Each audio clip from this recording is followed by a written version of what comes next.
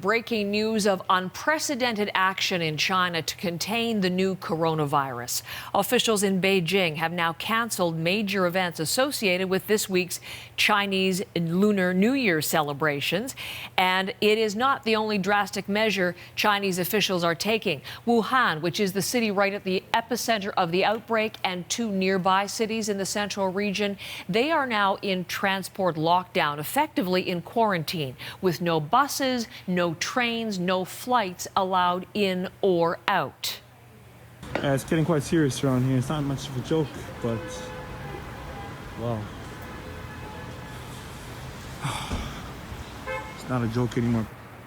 This is new video into us this hour from Wuhan, a city of 11 million or so far bigger than London, England, than New York City, 11 million. And in that city, empty streets, people who've rushed to supermarkets to strip shelves of food and essential supplies. That transport lockdown took effect last night. All passengers had to undergo thermal screening before they got on their train, bus, or flight. At the local hospitals, staff are now wearing full suits as they deal with the growing number of patients showing symptoms of the virus. Let's bring you the latest numbers from Chinese officials. 17 people have died from this coronavirus. Their average age, 73, and all of them lived in the province where Wuhan is located. The total number of infections is 571 to this hour. Elsewhere, there are a dozen confirmed cases across the rest of Asia and now into the United States, one confirmed in Washington state. In Canada, we know of 5 people who are undergoing tests in Quebec. A 6th was also showing symptoms but has tested negative. As I mentioned, this full transport lockdown, this quarantine essentially in effect in the epicenter city of Wuhan. We're going to begin this hour with a conversation now with Jaime Santirso, a reporter with the Spanish newspaper El País. And he was on one of the last flights into Wuhan before this lockdown began. He is with me live this morning. And Jaime, I want to welcome you to CBC News. Good morning. Hello, good morning.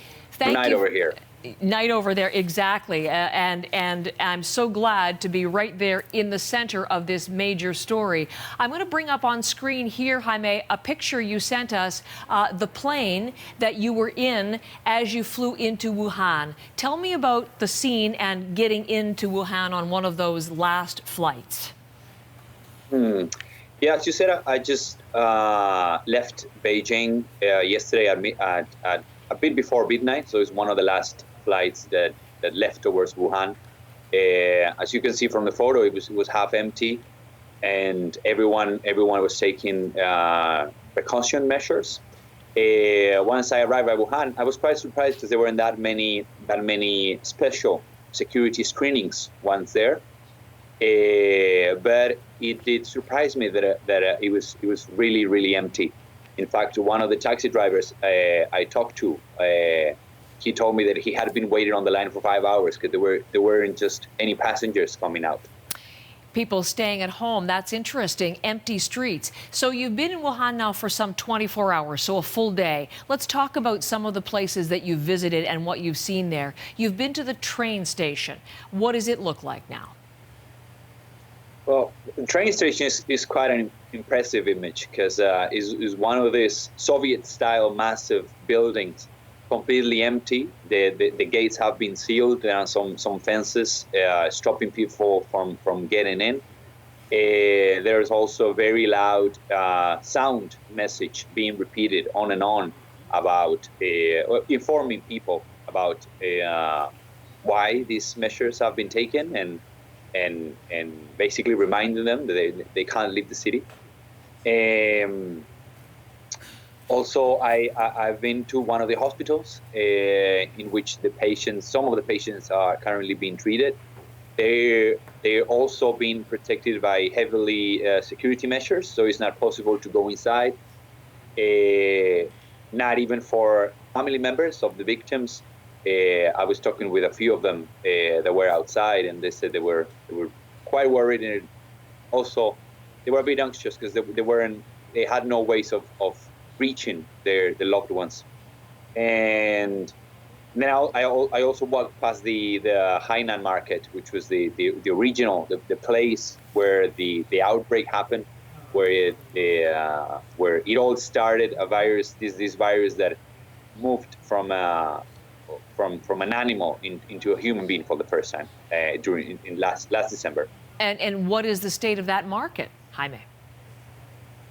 Well, that's the market is all indoors. Is divided by one big road that goes in the middle, and it's just all blocked. It has been blocked for at least 2 weeks, because it was detected in very early stages that was the starting point of the outbreak. Yes. So the government has taken measures there very quickly.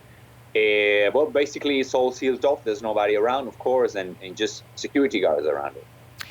You said you spoke to family members at the hospital and they're worried about their relatives inside that hospital. I'm wondering if you talk to them more generally. We're hearing about people being quite panicked and not really sure what to make of these extraordinary new measures the Chinese government has taken. What did they tell you about being now in this state of lockdown? Yeah, well, you know, it's quite interesting, because to this point, a huge amount of the interactions I've had so far, everyone has been very supportive of the action that the government has taken. Everyone's sure that they're doing the best they can, that they're doing it for public safety.